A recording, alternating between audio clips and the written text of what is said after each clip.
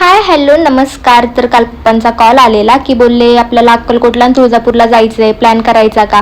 तर आता अक्कलकोटला जायचंय म्हटल्यावरती कधी नाही हा शब्द तोंडातून निघणार नाही. पप्पांना बोललं ठीक आहे जरा करा प्लॅन, असेल वेळ तर जाऊन येऊ म्हटले. पण म्हटले एक मुक्काम करायचंय आपल्याला. म्हटलं चालेल, तृषालाही हॉलिडे आहेत, क्लासलाही आणि स्कूललाही, तर होऊन जाईल म्हटलं या 2-3 दिवसांमध्ये आपलं. तर मग पहाटेचा टायमिंग होता, सगळं काही आवरून झालं होतं, बॅग वगैरे पॅकिंग करून घेतलं होतं मी.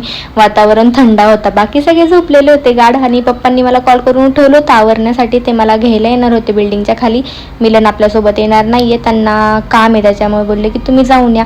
त्यांना बाय बाय करून आपला प्रवास निघाला आता तुळजापूरच्या दिशेने. आधी आपण तुळजापूरचं दर्शन घेणार आहोत आणि मुक्कामासाठी आपण अक्कलकोटमध्ये जाणार आहोत. तृषा ही पप्पांच्या खांद्यावरती छान झोपली होती पुढे, चिनू आणि मी मागे झोपले होते.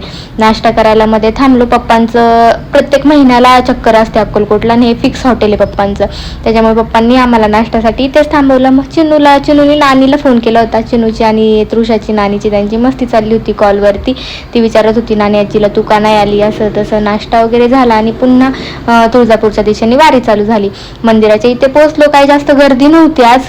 का आपण लवकर पोहोचलोय म्हणून नाही काय माहिती, कारण पहिल्यांदा असं झालंय की देवीच्या दर्शनाला आलोय आणि देवीचं दर्शन खूप छान झालं, खूप छान. म्हणजे मूर्ती आपल्याला दिसली, दर्शन खूप निवांत झालं आणि गर्दीही कमी होती. तर देवीचं दर्शन खरंच खूप मस्त झालं. चलो बाय बाय.